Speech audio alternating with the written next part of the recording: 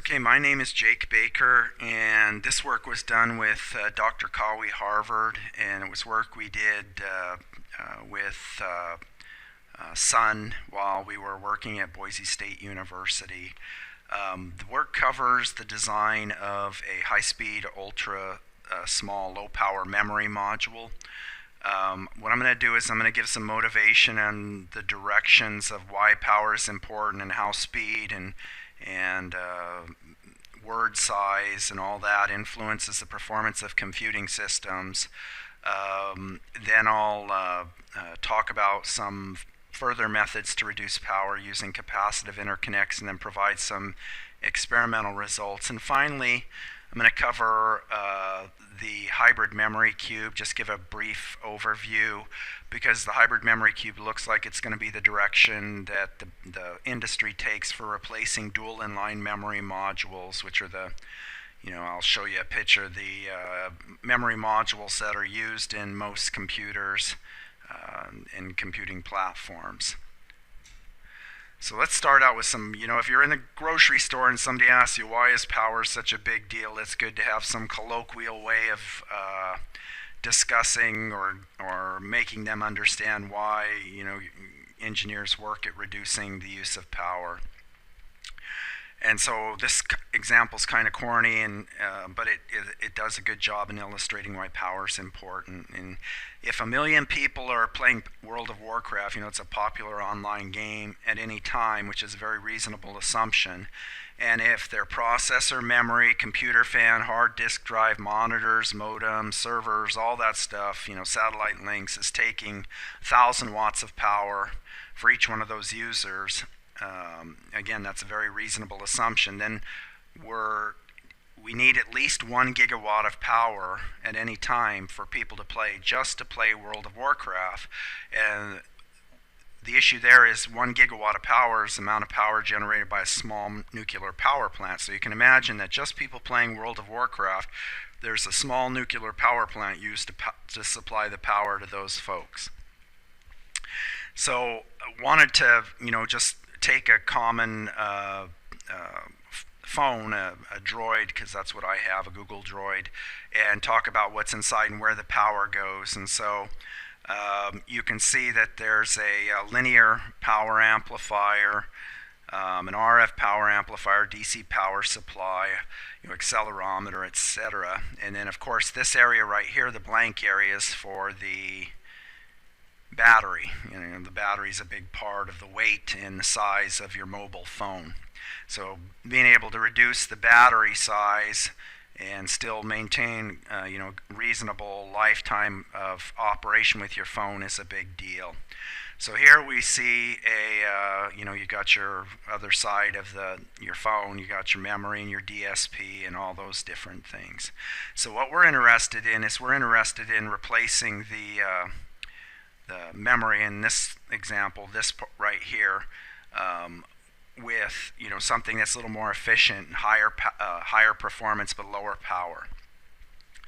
So I took a server board, and this one's an Intel server motherboard, and you can see here these are the dual inline memory module slots, and these haven't really changed since the late 80s. This kind of topology, using dual inline memory modules hasn't changed since the late 80s. And it's not because there isn't better technologies available, but rather it's because the industry hasn't needed a change because the cost was low enough and the performance was good enough with dual inline memory modules that there was no need to change. And it's a good example of how good products or better products can't make it into the marketplace if they're not competitive cost-wise. Okay, so what I'm going to cover in this talk is I'm going to go over main memory limitations. I'm going to discuss the Nano Module, how you make a replacement for the dual inline, the DIMM, and then a wide I/O DRAM architecture, for how do we get the memory out faster. And then I'm going to talk about very high bandwidth interconnects, which at the same time we're going to strive to reduce the power. We'll provide some experimental results and some discussion on the performance of the parts. And then I'm going to end the talk with the hybrid, just a brief overview of the hybrid memory cube, which again appears as though that's the direction the industry is going to take to replace the dual inline memory modules. Okay, so historically, the power that was used by a data center, they were very sparse. You know, the internet hasn't, the internet wasn't commercialized until 1995, and so the use of power in the data center and its consumption was masked by sparsity. They were sprinkled all over the place. For example, there was a data center, HP had a data center for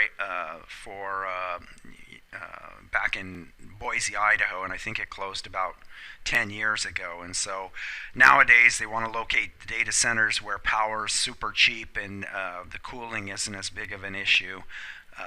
And so they're becoming more centralized, and the power consumption is becoming a significant part of what power we're using in day-to-day life. So historically, the server power was around 50 watts, and back in 2008, about 7 years ago now, it went up to 250 watts. And if you looked at where the power was going, the majority of the power was going into the CPU, and the memory was a considerably smaller amount of where the power consumption was used. And so what's happened nowadays, and I've got some more slides that follow on to this, is that the memory power is overtaking the CPU power to maintain the same performance. And so what we'd like to do is get, without increasing the power too much, we would like to increase the amount of memory, or the number of die per memory module, so we could have fewer channels, but at the same time have higher bandwidth. So I guess in simple terms, what we want to do is have faster speed that takes lower power.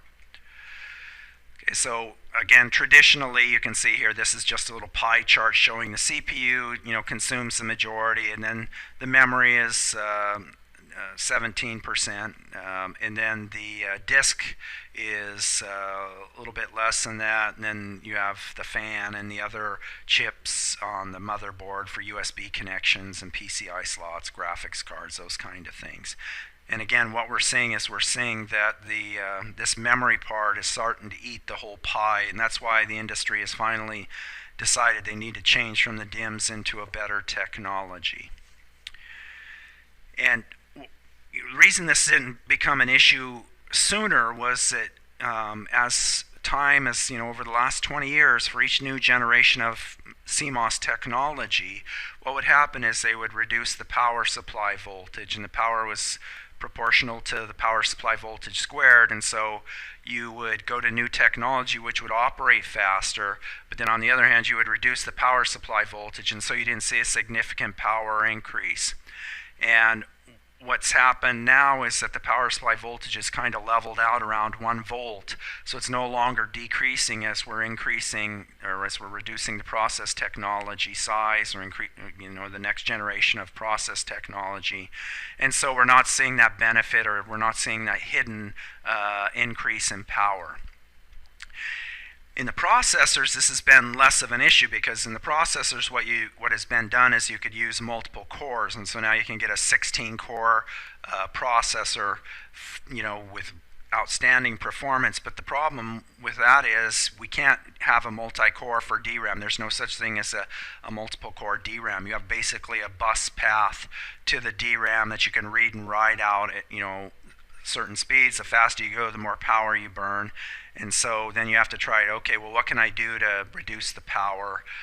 And of course, you can operate at slower frequencies, but the problem with that is then you're not utilizing your multiple core processors. And ultimately, the goal is to make the computing system dependent on or limited by the speed of the processor, not by the speed of the memory. And so I'll talk about it in a little bit in a moment, but when you transmit a signal from a processor to a memory, or memory to a processor, use a transmission line, and there can be 50 watts of power, that's burned just in the transmission path. It has nothing to do with the actual processing of the signal.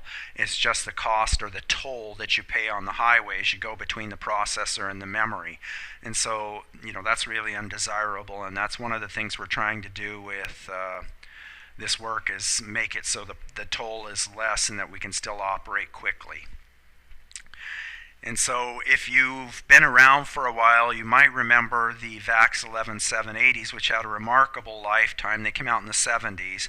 They're a good computing platform because they were around so long to compare performance of modern computing systems. And in this plot, you see here's the performance of the VAX, the performance of modern computers versus the VAX 11780. And then you can see here around 2002, instead of getting this 52% per year increase in performance, it started to slow down and the slope started to get flatter. And so the issue there is that with the flatter slope, obviously you get lower performance, and the consumer likes to see increases in performance. You can see higher resolution video games and higher resolution images and faster transactions. And so the consumer has become accustomed to faster performance and lower cost. And so what we want to do is we want to talk about what causes that reduction in performance and how do we obviate its impact on the computing system. So if you look at just your bandwidth for reading and writing, and then the latency or delay that you have when you read out memory, you can see that that closer to the processor or in the processor itself, you have different levels of cache.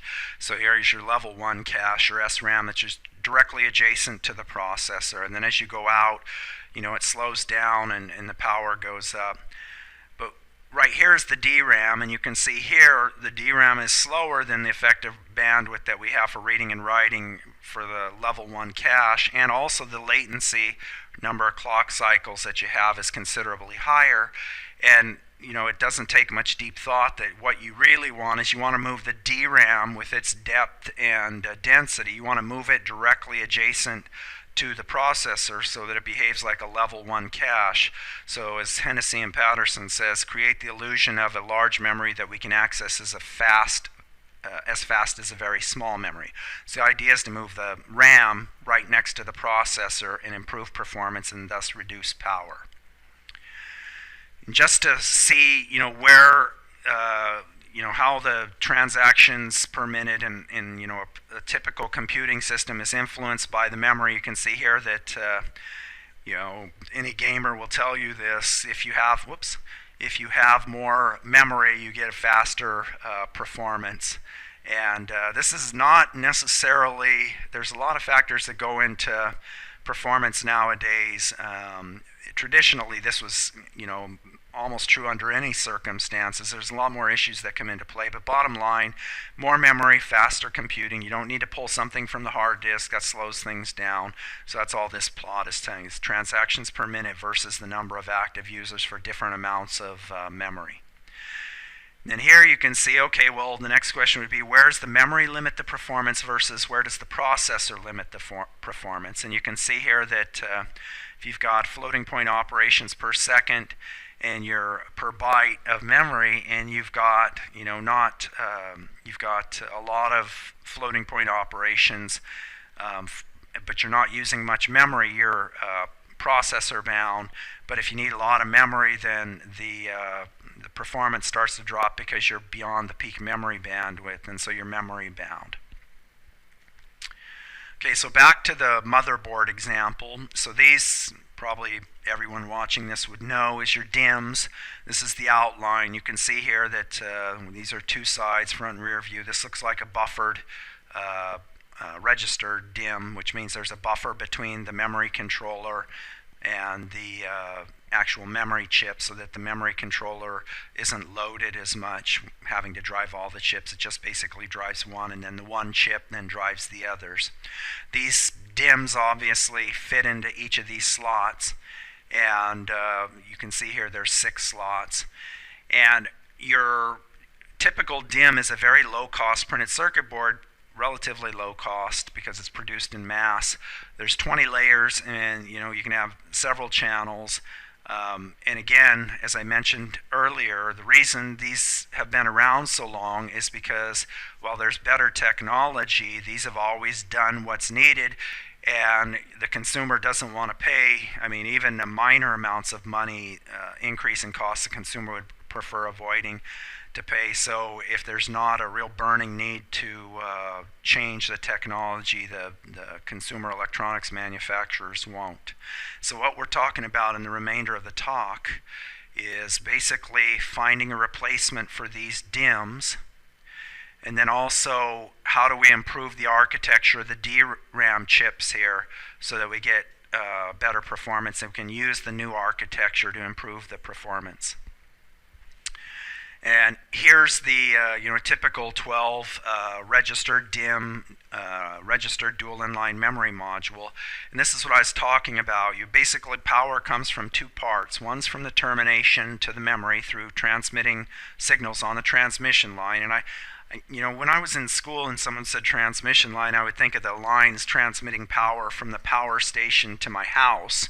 And of course, once I got a job, I realized transmission line means a totally different thing. It means that I'm going to be transmitting a signal from, say, a processor on a printed circuit board to a component, say a memory on the printed circuit board, and that wire that's on the printed circuit board has a well-controlled impedance that is terminated in a similar impedance, so like a 50 ohm transmission line transmitted into a 50 ohm resistance. And the problem with doing that is how you get the signals and keep the integrity of the signals clean, but the problem with doing that is you burn a lot of power. And so here, just with one termination power, you're burning 32 watts. And the way to put that into perspective, although this analogy is going to be obsolete soon, is if you think of if you have two of these, you think of a 60-watt light bulb and you try to touch it, it'll burn your fingers. And so it's a lot of power just for transmitting. It's a big toll just for transmitting between the memory and the processor.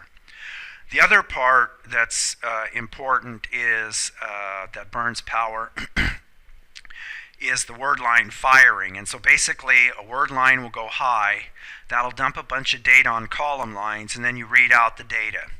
Now for a certain word size, the goal here to improve performance is try to set the size of the page or the number of columns that you access equal to the amount of data that you read out each time, because that'll burn a lot of power. Reading out or writing will burn a lot of power each time you open a row.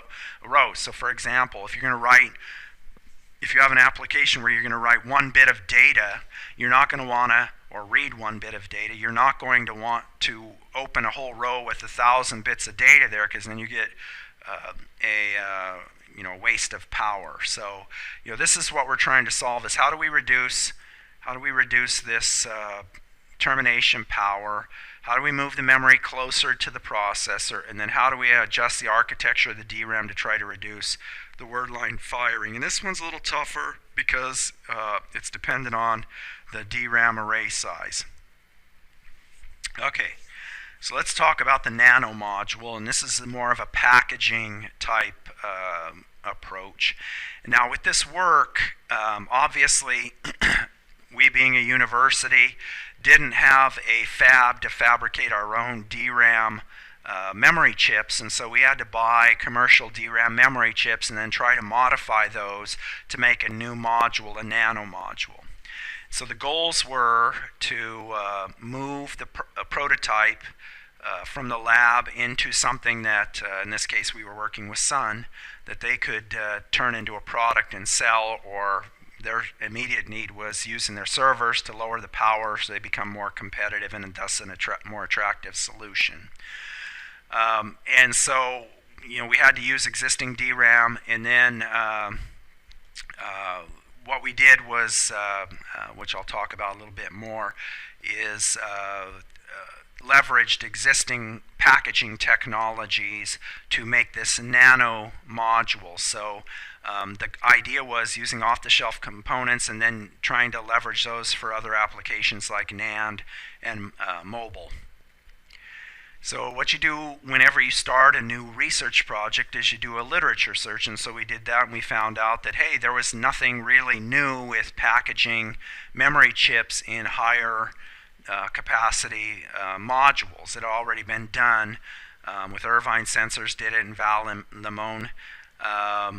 They already stacked this, and so the question is, and I've said this a couple times already, why didn't their solution, which would reduce power and improve performance, why wasn't it adopted? And again, it was the DIMM was too cheap and easy. The consumer wouldn't pay the extra cost for the newer memory technology. So just as a side note, what has happened, and this development started about 5 years ago, is a lot of the memory chips and imager chips and other chips are using what are called ThroughSilicon Vias, or TSVs. And ThroughSilicon Vias allow the nice stacking of the memory modules. At the time I looked into this, it cost an extra $500 to process a 12-inch wafer. And so the added cost was prohibitive of it actually getting into the market. But as new technology matures, it the cost drops, and so it's likely much more competitive now. And then, of course, your pros, lower power, higher bandwidth, but then you have to integrate all of these together and then integrate them and package them in on a printed circuit board. And this basic idea right here is what the hybrid memory cube is it's a basically taking this idea and putting in like a sugar cube like looking package, and that's what you're going to plop into your motherboard in the future. So I'll come back to that again at the end of the presentation. Okay, so what we had to do was we had to come up with a different approach, and the way we went about it was we decided, instead of stacking, because we couldn't stack the die because the die we were buying were existing commercial DRAMs, we would slant the die and stack them at a slant. Okay, now there's several problems with this if you're familiar with DRAM design. One is that a DRAM chip has bond pads down the middle of the chip, or what's called the spine, and so getting signals out, you have to go to the spine of the chip. That was one issue. The other issue is, well, there's thermal issues, and also how do you mount and mechanically stabilize this slant.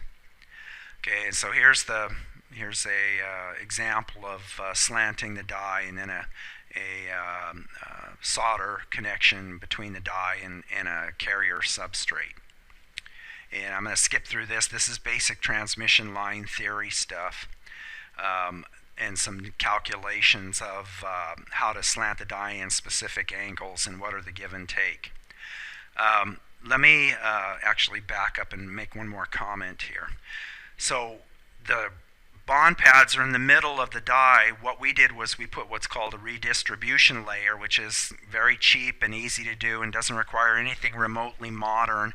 And we used the redistribution layer, say, of aluminum, and we routed the pads to the side. And so when the pads are on the side now, we can take the existing DRAM wafers that we purchased, put a redistribution layer on top of the wafer to move the pads to the edge, dice the wafers, and then package them up like this with the solder. So it's a very practical way, because keep in mind the end goal here was to make a product. It was not to try to redesign memory chips at this point, again, because we didn't have a fab and we didn't have access for that kind of work. Okay, so then the next issue was, even though DRAM is considerably lower power than processors, you still have heat generation and you still need to remove the heat. And so what we did was we applied a thermally conductive material in between the die and then a heat removal plate on top for removing the heat from the die. And so this ended up working quite well. You can mount these near the memory chip or near the processor. Practically, it's tough to mount the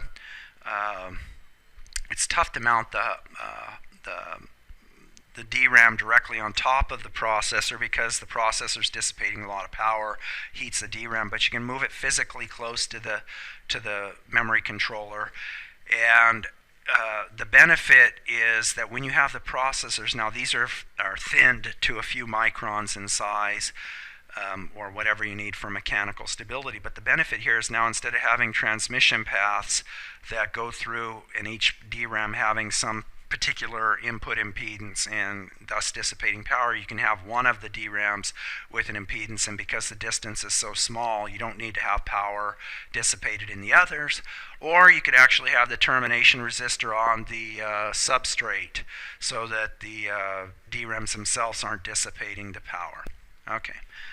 So after we got that working, and it was pretty straightforward, we decided, okay, well, let's, nothing succeeds like success, so let's move on to what we can do in our DRAM architecture to take the bond pads, which if you recall, I mentioned were placed here in the spine, and move them to the edge of the die. Now, when you do DRAM, a DRAM chip is designed, it's not like a processor. They try to limit the number of metals to just a couple, say 3 metals, and so having an extra metal just to route pads to the edge or route signals to the edge of the die over here isn't a practical thing that can be done to be cost competitive. Okay, so in our case we were able to do it because we weren't doing it in the back end of the line, at the end of the technology processing. Rather, we were doing it after the wafers had been produced, and so it was a very low cost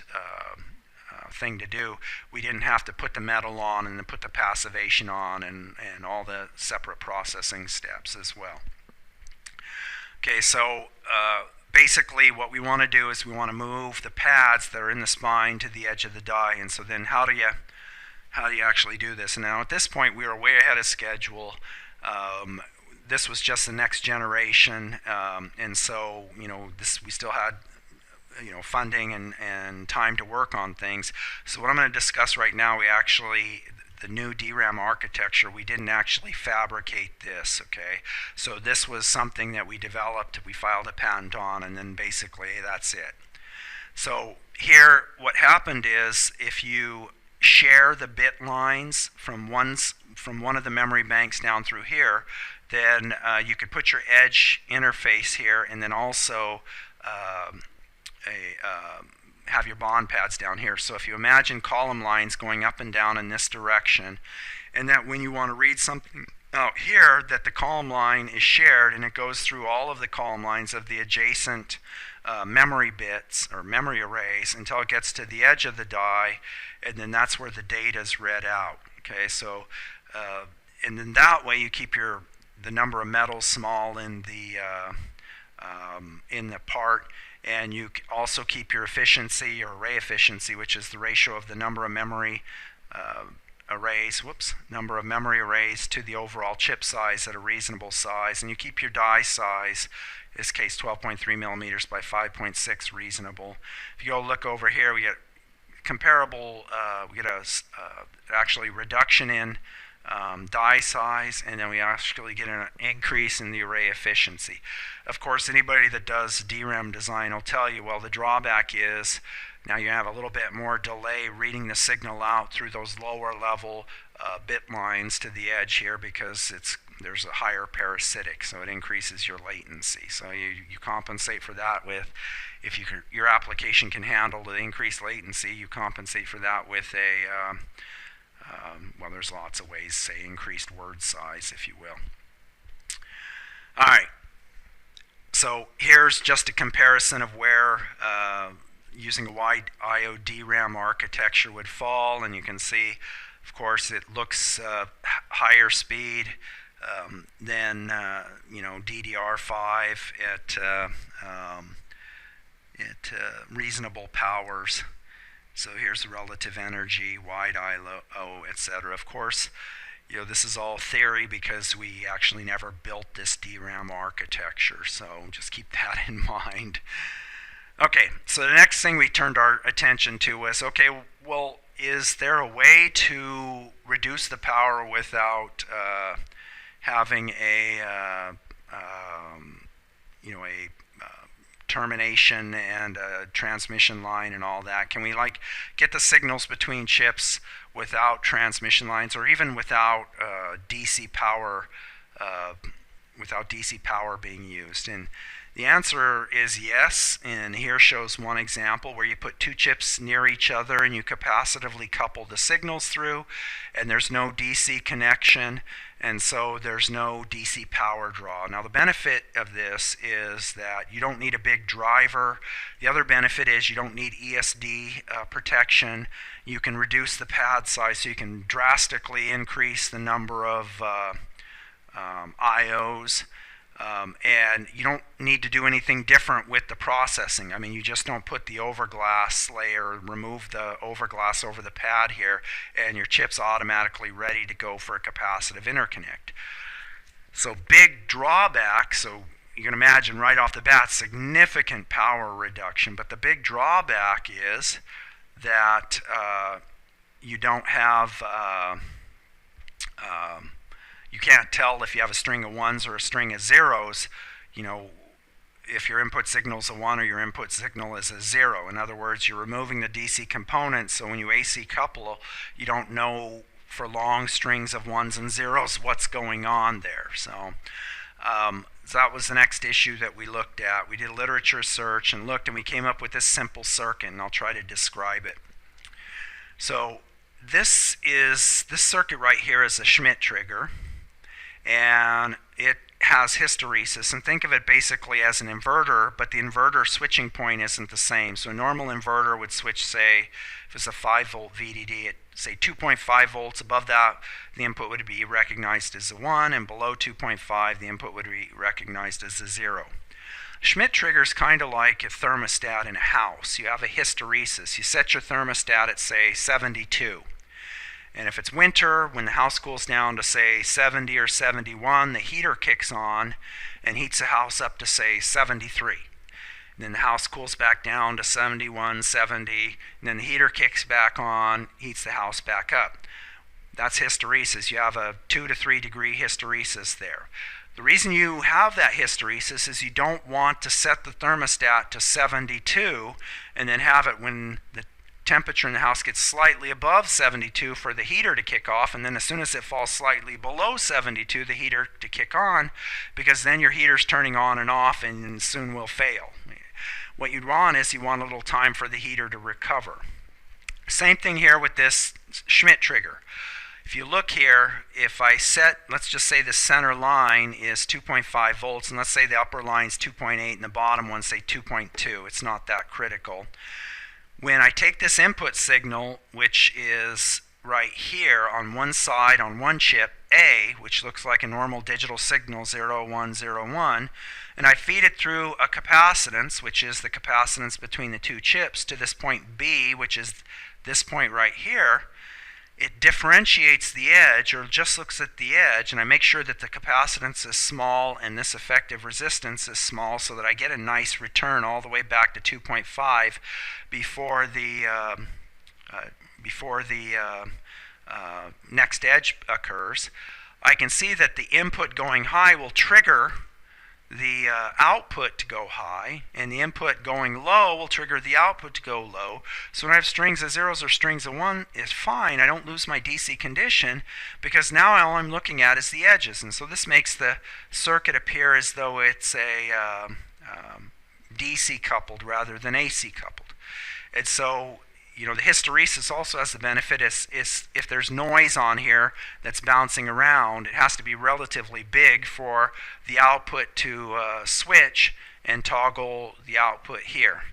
And so there's lots of benefits of using a Schmitt trigger. So let's talk about this circuit. So forget about these two for a moment. These two transistors just provide the hysteresis, which basically says I'm going to make it harder to pull up than pull down in one case, and harder to pull down than pull up in the other case. Rather, I want you to focus on this transistor here and just these two. So for the moment, you may recall these two can be combined into one transistor if their widths are the same. Now one transistor has a length that's equal to the sum of the lengths of these two. These two transistors can be combined into a transistor that has, assuming the widths are the same, it has a sum of lengths that's equal to this one. Okay, so if you look at the ratio, or you look at the mirror between this one and these two, with temperature, process variations, variation in VDD, this transistor here, with the input and output shorted together, this circuit here with the input and output shorted together will generate a voltage. That voltage will then bias these two, so it's always right in the middle of the high gain or the fast switching point. Okay, so let's pay attention to this now. So it automatically tracks with temperature, voltage, and power supply variations. Now let's look at this. If you've been designing chips for a while, you might know, or you might look at this and say, whoa, that's a big red flag. Input and output are shorted together, and this is an inverter. And so I would say the same thing in the older technologies. You short the input and output together, you're going to get 0.5 milliamp of current flowing, which is a big problem, right? So you need a lot to supply a lot of current. If you've got 128 of these, you need to supply, 64 milliamps just to biasing, not counting the switching. Well, it turns out, we'll see this in the experimental results in a second, but it turns out that when you go to the smaller technologies and you short the input and output of an inverter together, the contention current that flows is more like 10 microamps or maybe 20 microamps. And the issue there is then that current becomes a very small component of the overall power dissipation, and rather the capacitive charging and discharging dominates the power. Okay, so if you're interested in knowing more about this circuit right here, this is directly out of my CMOS book with the equations and how to derive it, and then some simulation examples as well. So I'm going to go through two examples, or two chips with both simulated and measured results, and just show you, sure enough, with 5 volts, it's not, with an older technology, 0.5 micron, the process isn't that competitive. It still works well. It performs. We can still get pretty low power, and I want you to focus on the 3 to 8 picojoules per bit.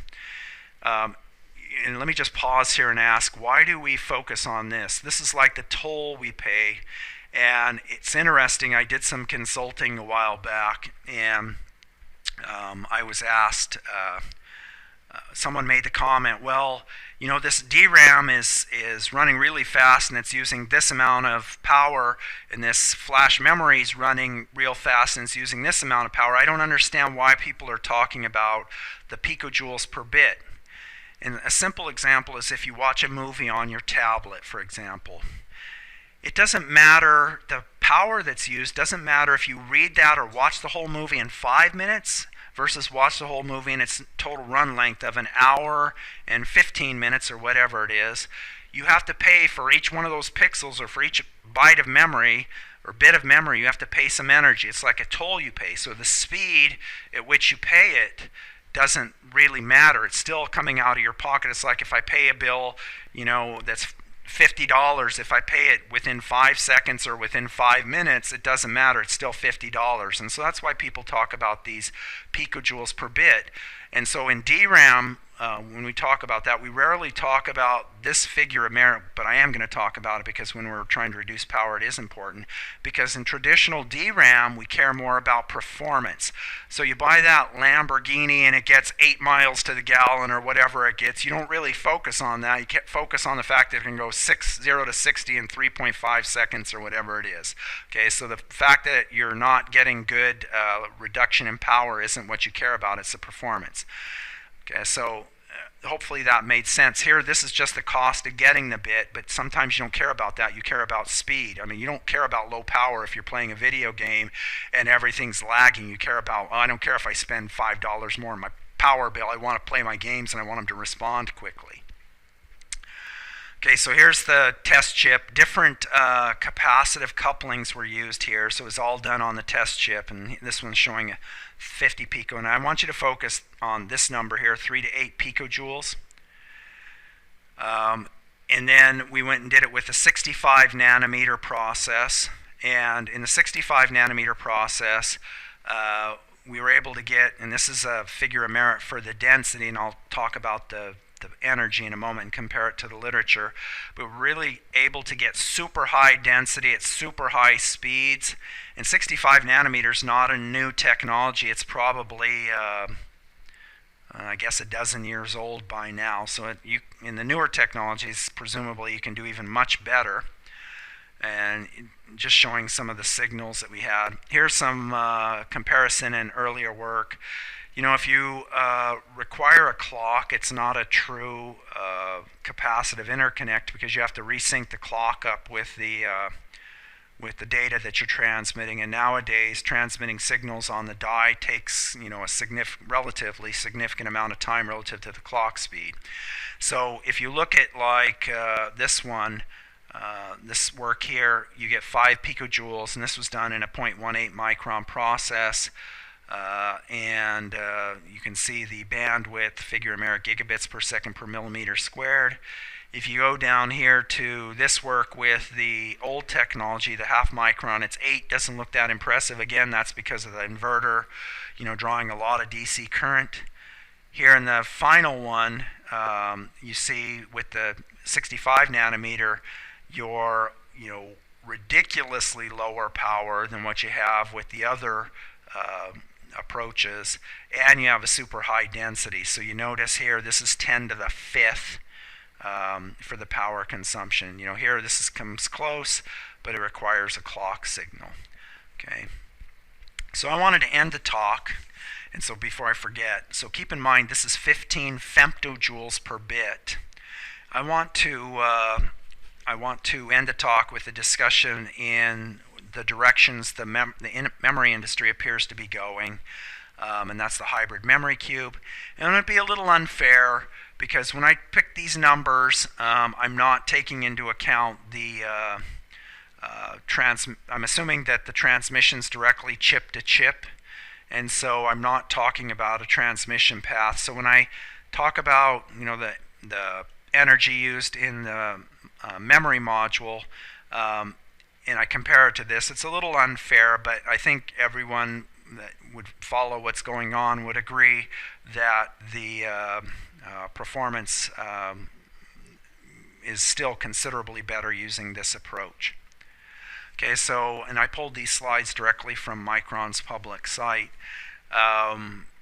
So if you look at the direction that the industry's going, they're putting in ThroughSilicon Vias, which there's a hit in the die size, but one big benefit of ThroughSilicon Vias is power and ground distribution is considerably easier than using traditional bond pads on the edge of the die. And the idea is to stack the memory chips vertically and then put them into a cube-like shape and then place them on the motherboard, which interfaces to a memory controller, and then have the ability to expand the modules, etc. Here we see a cross-sectional view, and you can see there's the hybrid memory cube. It communicates to the CPU via the motherboard, and then you can actually communicate through the different DRAM layers over to the host processor, etc. This shows a little bit more of the direction of the processing. And then right now, and it has been for a few years now, instead of things going parallel, a lot of interconnects are done with SerDes, and so the you know, this topology lends itself well to a serial deserializer type approach, and for high-speed optical communications as well. And there's all kinds of communications here. I list a few of the connections. So I wanted to just point out here that using this hybrid memory cube, however, you look at the performance and it's 13.7 picojoules per bit, and that's 3 orders of magnitude higher power, higher energy usage than what we used with our capacitive interconnects. Again, it's a little unfair because in the capacitive interconnects, we're not transmitting between a memory module and the CPU. Rather, we're transmitting between adjacent memories here to reduce the power. Again, in in these topologies, since it's a DC connection, you do need ESD protection, you do need high-speed drivers and terminations. So, there's give and take. I think the capacitive interconnect approach, at least for stacking the memory modules, is quite a good approach. A couple of ending comments before I got a bunch of backup slides, which I assume will be posted with the presentation. You might ask, well, isn't it tough to align the memory chips, especially if your pads are small, so that you get good capacitive coupling between adjacent pads? And it turns out that that's really not an issue nowadays. They use these optical crystals, and they're not used for their optical properties, but they're used because they can punch holes in the perimeter of the DRAM chips, put these optical crystals in, and then the DRAM chips actually snap together with sub-micron resolution, and so that's not an issue. You might also ask, well, okay, all is good and fine for capacitive coupling between adjacent memory chips, but you still need to supply power and ground to the memory chip. And the way that can be done is it can be done with, they have these springs where the memory can be, when you put the chips adjacent to each other, in order to pass power and ground between adjacent memory chips, you put a spring in between the memory chips, or you could use a solder ball if you want an older technology to pass the power and ground. That's not, distributing the power and ground isn't as much of an issue when you don't have the huge high power output drivers that consume the amps of current to drive the transmission lines at high speeds. I mean, everything gets easier when you don't have to supply the large currents and the high speed signals. So and here's the conclusion, and we went through development of the Nano Module to replace the DIMMs. Once we demonstrated the prototype there, we worked on the DRAM architecture that would route the signals to the edge of the die instead of down the spine or the center of the die. Once we got something there, we moved on to the capacitive coupling, and then we did a couple test chips to look at the performance of the topology and make sure that the simulations weren't lying to us. And then finally, even though we did a bunch of good work, it appears that that's not the direction the industry's going, and it appears the industry's going with the hybrid memory cube, and so we discussed its performance and how it works. So I've got a bunch of slides here for testing and what we did, like putting the DLL on the chip and how we dead bugged the chip and how we did a printed circuit board, and then mounting a chip and bonding out to it, etc. So I'll just leave these here, and they'll be posted, and we'll go ahead and stop.